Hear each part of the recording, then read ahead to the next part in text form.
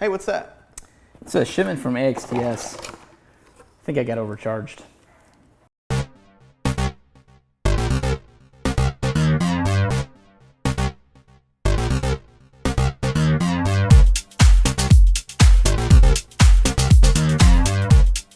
Hey guys, welcome to Gear Tasting. Today I wanted to start out talking about when I first got into gear. You guys may remember when you first kind of got into gear and buying things like that, but for me, I actually have some proof of that. I was digging through some old paperwork the other night during a move, and I came across this old school Blackhawk order form. So even though Blackhawk was my first gear purchase, my actual first interaction with gear really kind of went back to Soldier of Fortune magazine. I used to read those as a kid, and that's kind of how I found Blackhawk. In the back of those magazines, this invoice was from 2000, but I probably started reading Soldier of Fortune magazine and Popular Mechanics and things like that back in early 90s and things like that. So I'm not sure when Soldier of Fortune came out, but I'm pretty sure it was around back then too, because I remember going to the bookstore or the grocery store and finding those magazines, and in the back it had ads for Eagle, London Bridge, and Blackhawk kind of came on the scene a little later, but London Bridge and Eagle Industries were the first two key players in kind of the, I guess, commercial sales of gear outside the government. So I actually went to London Bridge back when I was probably 12 years old, so that would have been, let's see, how old are you when you graduate 6th grade? Like 12? Graduate. When you get done with 6th grade? Yeah. Probably 12? Yeah. So probably around 12 years old. That was probably 91, 90, somewhere in there.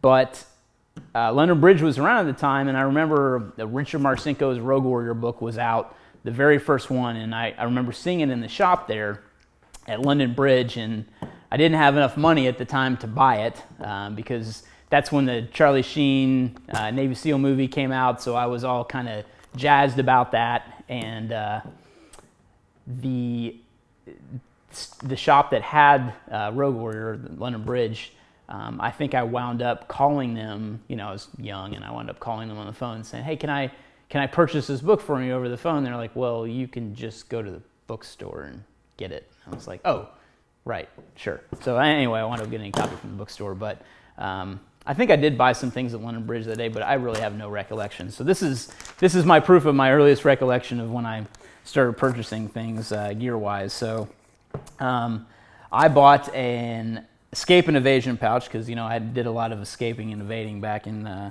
year 2000. That was Y2K was around then, so I was gearing up in my prepping. So also a concealed ankle pouch and a rigger's belt, or CQB belt is what they called it back then, some 550 cord, and a balaclava.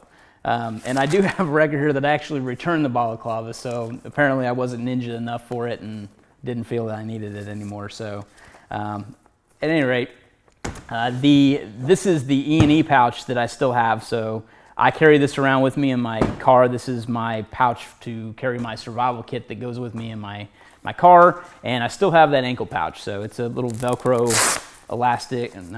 just Velcro based ankle pouch, and I still use this once in a while to this day. It fits a passport really well, so I'll wind up putting a passport in an ankle pouch or something like that. And I use it when I travel internationally. I just kind of tend to be more on the lookout when I'm traveling internationally about pickpockets and things like that. So an ankle pouch works out pretty good for some things like that. But I won't get too much into this. One of these days I'll talk about survival kit stuff, but I'm sure those power bars in here are expired now that I'm looking at them. But I have a little survival kit put together. This is kind of more of a large survival kit. I will get into the smaller survival kit that I'm going to be talking about today on Gear Tasting because it actually came up in a question, but this is kind of the next level up, so to speak, for my survival kits, is the one that I carry in my vehicle. So those are that. So I'm curious if you guys have early experiences in gear, London Bridge, Eagle-ish time frame, even the Made in America Blackhawk stuff. Leave them in the comments. I'm actually really interested to hear about stories like that. So moving on, I have a plethora of charging handles here that got sent to me from a friend at AXTS. If you haven't seen the Raptor Charging Handles, They are awesome. I've been playing around with one. I actually haven't had a chance to shoot one yet because they literally just came in the mail, but I put one on my AR here. Is clear and safe. But I really like I've never used a Raptor charging handle before, so I was pretty excited when he sent me some custom AXTS logoed ones, and that's just something that he did as a favor to me. They can't really get them with custom engraving. I'm not trying to say like you can't get that, but just wanted to make sure that no one called up and said, hey, I need custom engraving. But anyway, there's a couple different colors he sent. This one that I have on my AR here is the flat dark earth, and there's a burnt bronze, there's a black, of course, and a tungsten, and I have the other one written down here. The other one is nickel boron. He said the nickel boron usually comes with a nickel boron shaft too. So those are the different colorways here on the actual charging handle there.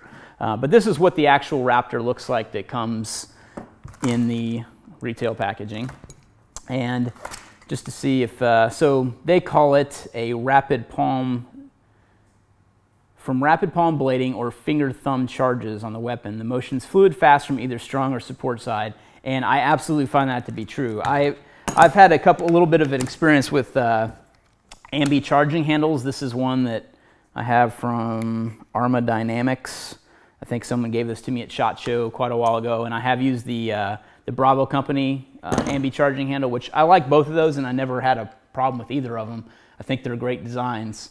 Anything ambi, in my experience, is well worth it. I have an ambi selector switch on all of my guns, all my ARs, and I try to have an ambi charging handle as well. I never got into the whole Magpul bad lever thing and things like that, but I do find a lot of use in the ambi selector switch and an ambi charging handle. So what I really like about this is that you can almost pinch the charging handle, and it's got, I guess, serrations on the back and the front, which make that kind of what do they call it? Finger thumb charges, blading. Anyway, the grip to actually charge the charging handle is really fluid because of that. And I'm not just saying that because I'm trying to promote a product. I actually do feel a difference. So, and also, you know, that blading too works really well. I do find myself doing that sometimes on ARs. I will, you know, blade the charge, but I really just like the grip that you can get just with pinching it like that for the charge. So I'm actually looking forward to really getting hands on and shooting them too. So, you know, most charging handles insert the same way. I really won't get too much into that. If you've ever used an AR charging handle, you pretty much have experience with them all. So, you know, they just fit into the lower there, and then your bolt carrier group rides on top of that.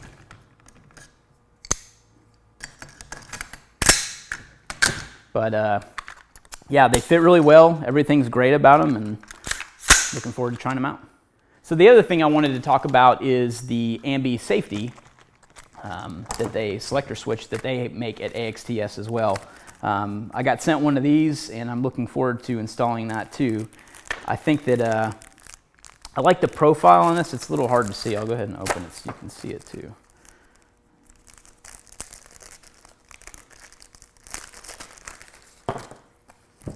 Obviously, this is a very small part. I don't know if you'll be able to, how well you'll be able to see this, but there are two different selector switches here. One's a little bit longer and one's a little shorter, so you can choose which one you want on each side. The profile is interesting too. It's kind of a contour, so just have to kind of see how that goes. But so the contour kind of mimics the way that the ramp on that would be, where your thumb comes in at and contacts the selector switch, or your finger if it was the ambi coming from this side. So I'm definitely looking forward to trying those out as well. This is, just so I have this correct, it's the Talon safety. It's a 2-in-1 design, ambidextrous, 45 to 90 safety. Install as a standard 90-degree throw or a 45-degree short throw. There you go. Precision machine dovetail interface with retention stud that locks the levers in place. No screws to come loose or break. Available mil-spec Type 3 hard anodized, as well as flat dark earth, burnt bronze, and tungsten Cerakote colors. There you go.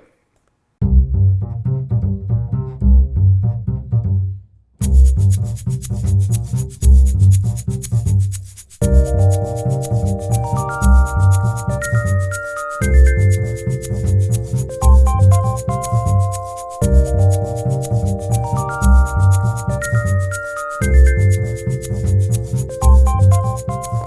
right, guys, let's get into some questions over coffee. Today, it's brought to you by Ground Sport Blend. Ground Sport is from New York. We've talked about them before on gear tasting and the questions over coffee, but this is milk chocolate and caramelized sugar with a bit of fruit, a full-bodied roast for the regular coffee drinkers of NYC. I absolutely love the way this coffee smells. And I'm not just saying that because it's what I'm drinking today. It's sometimes beans smell really good and sometimes they don't, and these smell amazing. So that's what I'm drinking today on Questions Over Coffee.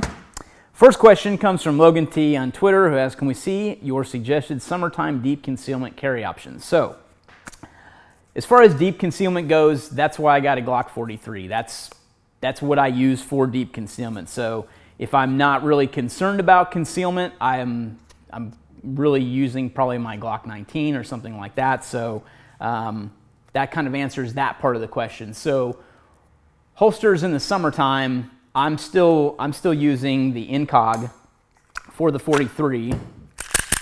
And I actually just recently did the mod that someone suggested in the comments, which was heating that little tab up on the Incog and bending it back over. So that's working out pretty well. The Incog is perfect for me. I don't find that I really need anything else. I think this what G-Code calls tactical fuzz, I think, is on here, and I like that coating. I also like the where the holster actually comes up and what the cut is like on the gun. So I feel like that does a really good job, even in the heat. Just trying to think how long I've been carrying this. So it's been less than a year that I've had the 43. So I don't think I've experienced super Texas summertime yet carrying this holster. So I can let you know in a couple months after the the heat wave dies down in Texas. But I used to carry a Smart Carry holster and Thunderwear for a long time. So both are kind of that call them diaper type material. But honestly, I think that's what this fabric is on the back of the Smart Carry. But at any rate, this is worn below the belt for deep concealment. But I've talked briefly about Smart Carry and Thunderwear before. I actually have a pretty detailed article talking about them, and I'll link to it one more time just so you can get a refresher over that if you're interested in that stuff. But this is kind of like a blue jean material, and you can dual wield with one of these if you wanted to, if you had the right size gun. But that's kind of how you'd run that. You could run a spare mag, in the other pocket too, if you didn't want to dual wield. But that is an option I wore for a while. I just kind of got sick of just the bulk of this holster. There's nothing wrong with it. I mean, if you're in that situation where you need something that, will fall below your belt line when you're wearing a belt, say you have a tucked in shirt or something like that, this is actually a great option. There's nothing wrong with it. I definitely wore through this thing. As you can see, some of the Velcro fell apart on the back, and any elastic gets stretched out over time, and that's definitely what happened to some of this too. But I wore this for quite a while, and it held up great. I just got tired of actually wearing one of these. So give Smart Carry a look, give Thunderwear a look. Those are really made for deep concealment and things like that. So hopefully that helps you out. All right, so next question comes from Stephen B on Facebook, who asks, can you give your opinion on a personal survival kit and show what you carry in yours? I would be glad to. So I have my survival kit here, and what I'd like to do so everyone can see what I'm talking about, we'll get a tabletop view and go into my personal survival kit. All right, guys, so I wanted to go over what's in my mini survival kit. And this is the MSK, or the mini survival kit, that we make at ITS. And then we also offer the MPC, which is a multi-purpose container that's an add-on. And I have my survival kit packaged in one of these MPCs. It's got what's in the ITS survival kit, but I have some additional extras in this that I'll go through as well. So we have these Velcro straps that go over the lid to keep it secure. It's a nice tight-fitting lid. But the purpose, or one of the main advantages of the MPC, is that you get a 6061 hard anodized container that you can actually dig with. So this is sturdy, it's crush proof, it's not going to fail on you, as you know, not that this is going to fail, but it's just it's not as sturdy of a container, so this is our upgrade to that. It's got a gasket on the inside, it's got 3M Reflexite for a reflective coating on the interior of the lid, and then again you can dig with this as well. So I carry some chicken bouillon in mine. This is not something that comes in the ITS kit. Also got one of these water bags. That is something that comes in there. I'll just actually mention what doesn't come in the MSK, just so you know, or I'll kind of open this up too so you can see this. These are Riggers rubber bands that are on the outside, but just so you can kind of see some of the contents that are in there while I'm talking through what's in mine. So I've got some Aquamira water purification tabs. I talked about mini multi-tools a while back, and I put the little Gerber dime into mine. I'm not a big fan of this bottle opener on here, and actually I've been carrying the little Leatherman squirt around in my pocket for quite some time here, and that's actually what I'd really like to get to have in here rather than the Gerber dime, because I've definitely liked this a lot better and prefer it over the Gerber dime. And then I've got a little squeeze light. It's white, so that's a white LED light. I've got some Tinder Quick fuel tabs, also in the back some electrolytes. And the electrolytes come in our Boo Boo kit. Doesn't come with that, the MSK. Neither does the squeeze light. That's an accessory add-on as well. So I've got some wire for making snares. I've got an accessory compass here, and this is, you know, one of the better AA rated compasses. I've got it in a little bag just in case. Got some waterproof matches that have a striker in the back as well. Got a whistle that we sell as an accessory add-on as well. Got some Kevlar cordage, which is from our E&E kit basically that we make. Then I've got an absorbent dry card in there. I've got a small piece of fat wood. Got some safety pins that I use just in case. So I've put those in a little bag and just sealed it with a little lighter. Got a signal mirror, and this is a larger signal mirror than we carry in our kits, but I had the space to put a larger one in there, so I decided to do that. Got a package of triple antibiotic. I've got one of our brass fire starters.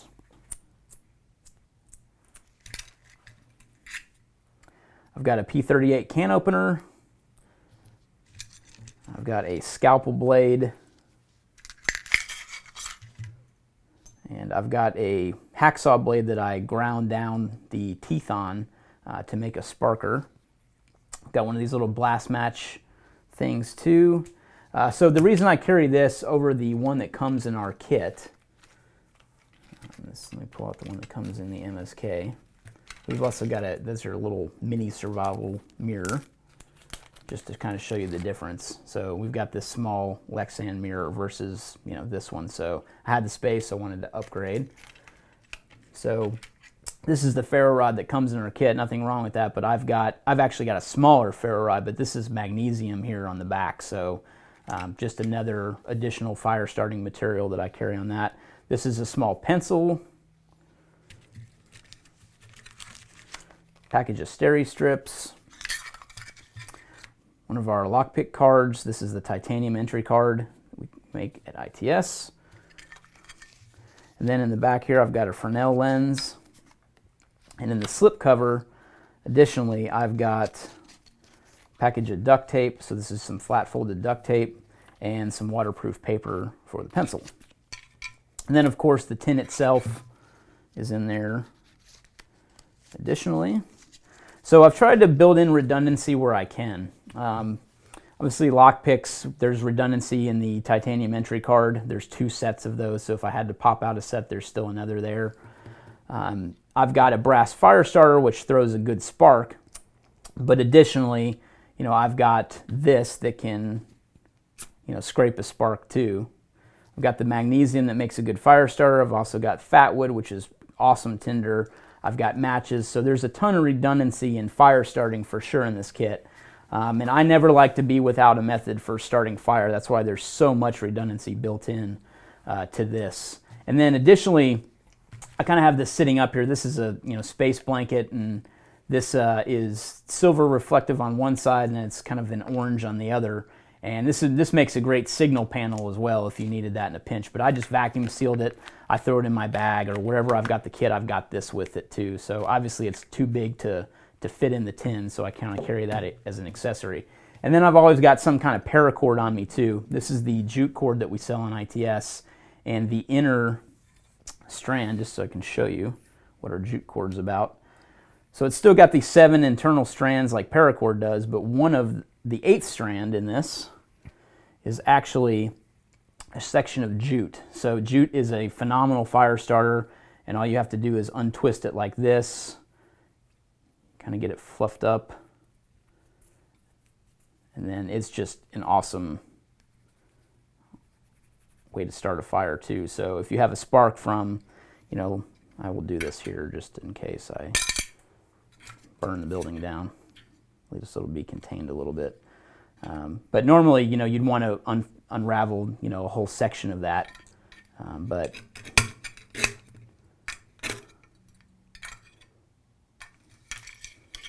give myself some room here.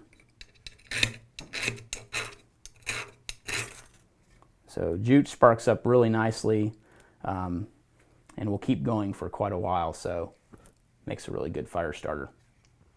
So I've always got some of that on me, jute paracord that is, and I try to keep it vacuum sealed as well. We sell it vacuum sealed when we have it in the ITS store, just because if the paracord does get wet, it's not as, the strands can get wet inside in the guts, and then, it can hamper construction projects and stuff too. But although some paracord is better when it's wet, so a technique is that you can actually take the the paracord sheath and wet it before you wrap something, and when it hardens up, it actually tightens the knot or whatever you're wrapping. So, but the jute, once it's wet, it's not going to start, which is why there's waterproof matches and things and redundancy for that. So, hopefully you enjoyed the little look through my survival kit. Again, MSK is what we sell in ITS, and there's some upgrades. We also, we sell the titanium whistles, we sell the brass fire starter separately, we sell these squeeze lights separately, and the other things that I kind of have in here